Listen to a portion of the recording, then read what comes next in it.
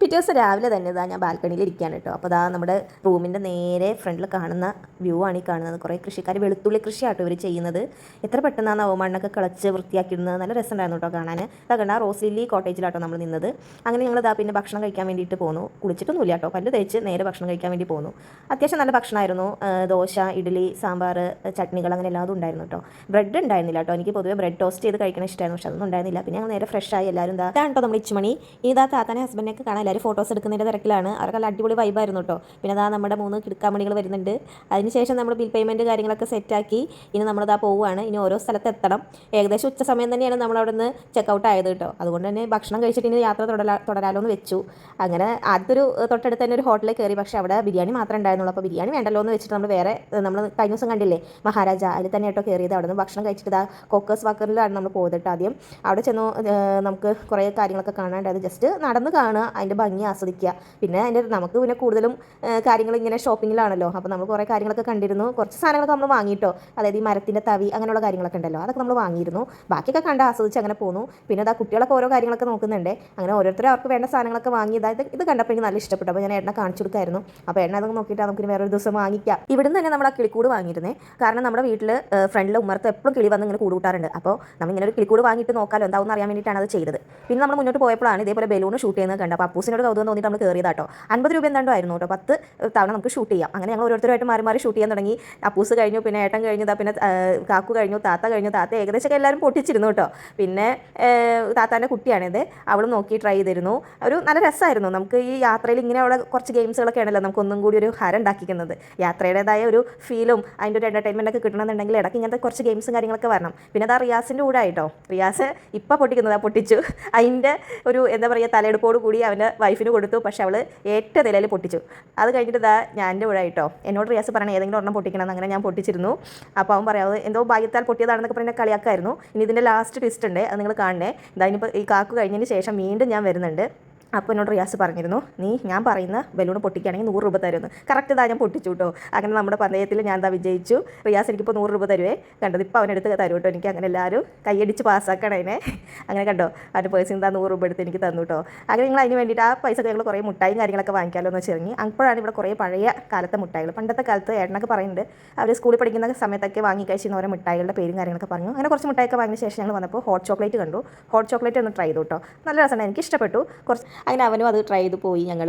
പിന്നെ ഞങ്ങൾ നേരെ ഗുണ കേവ് ലക്ഷ്യം വെച്ചിട്ടാണ് പോയിക്കൊണ്ടിരിക്കുന്നത് കേട്ടോ. അപ്പോൾ അവിടെ ഇപ്രാവശ്യം മുതൽ ആ ഫോറസ്റ്റിലേക്ക് ആണെങ്കിൽ കുറച്ച് എൻട്രി ഫീസും കാര്യങ്ങളൊക്കെ സ്റ്റാർട്ട് ചെയ്തിട്ടുണ്ടായിരുന്നു. അങ്ങനെ അതൊക്കെ കൊടുത്ത് ഞങ്ങൾ ഏകദേശം അവിടെ എത്തിയിട്ടോ. നല്ല തിരക്കുണ്ടായിരുന്നു. നല്ല സീസണും കൂടിയല്ലേ, അതിൻ്റെതായ തിരക്ക് അവിടെ കണ്ടിരുന്നു കേട്ടോ. പിന്നെ ഗുണ കേവിലാണെന്ന് തോന്നുന്നത് ഇത്രയും ആളുകളെ ഞാൻ കണ്ടത്. ബാക്കിയുള്ള സ്പോർട്സിലൊന്നും ഇത്രയും തിരക്കുകൾ കണ്ടിരുന്നില്ല കേട്ടോ.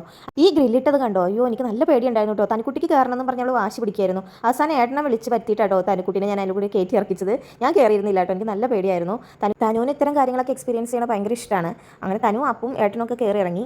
പിന്നെ ഞങ്ങൾ പോയത് ഇവിടെ ഇരുന്ന് ഫോട്ടോ എടുക്കാൻ വേണ്ടിയിട്ടാണ്. നല്ല റിസ്ക് ആയിരുന്നു കയറി പോകാൻ. ആദ്യം ഞാനൊന്ന് മടിച്ചു, പിന്നെ ഞങ്ങൾ അവിടെ എത്തിയിട്ടോ. അങ്ങനെ എല്ലാവരും കൂടിയിട്ട് കുറേ ഫോട്ടോസും വീഡിയോസൊക്കെ എടുത്ത് പിന്നെ ഞങ്ങൾ താഴേക്ക് ഇറങ്ങി. പോസ്റ്റിംഗ് ടൈം ആയപ്പോഴേക്കാട്ടോ ഞങ്ങൾ തിരിച്ചിറങ്ങി. അതുകൊണ്ട് തന്നെ കുറച്ച് ആളൊഴിഞ്ഞ വീഡിയോസൊക്കെ ഞങ്ങൾക്ക് കിട്ടിയിരുന്നു.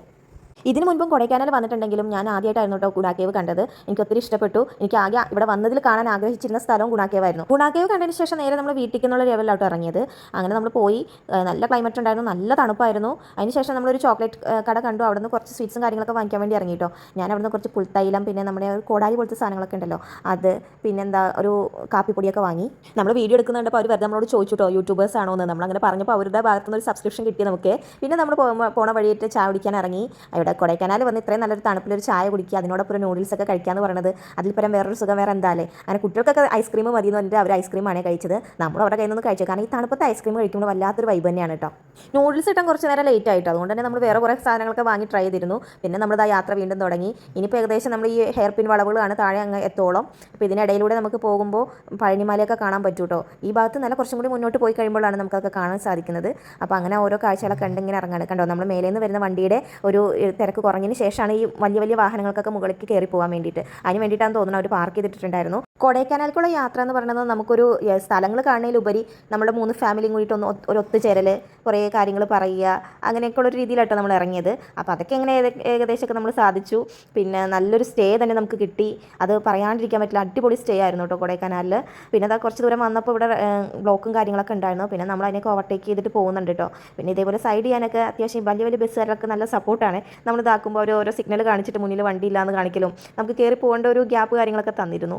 അപ്പോൾ നല്ലൊരു ഇത് തോന്നി എനിക്ക്. എന്താ വണ്ടികൾ തമ്മിൽ സംസാരിക്കും എന്ന് പറയുന്ന പോലെ ഓരോ ഇൻഡിക്കേറ്റർ ഇട്ടിട്ട് ബസ്സും നമ്മുടെ കാറും തമ്മിൽ സംസാരിക്കുന്ന പോലെ എനിക്ക് തോന്നി കേട്ടോ. നല്ല രസമുണ്ടായിരുന്നു, എനിക്ക് നല്ല ഇഷ്ടപ്പെട്ടിരുന്നു. ഒരു യാത്രയുടെ തുടക്കം എന്ന് പറയുന്നത് നമുക്ക് ഒത്തിരി സന്തോഷമായിരിക്കും. പക്ഷേ അത് കഴിഞ്ഞ് തിരിച്ച് പോരുമ്പോൾ അങ്ങനെ അത് പക്ഷേ നമുക്ക് എത്ര യാത്ര ചെയ്താലും ഇങ്ങനെ തന്നെയാണല്ലോ. നമ്മൾ പോകുന്ന ദിവസം നല്ല ഹാപ്പി ആയിരിക്കും, തിരിച്ച് വരുമ്പോൾ എന്തെന്നില്ലാത്തൊരു ചെറിയൊരു സങ്കടം.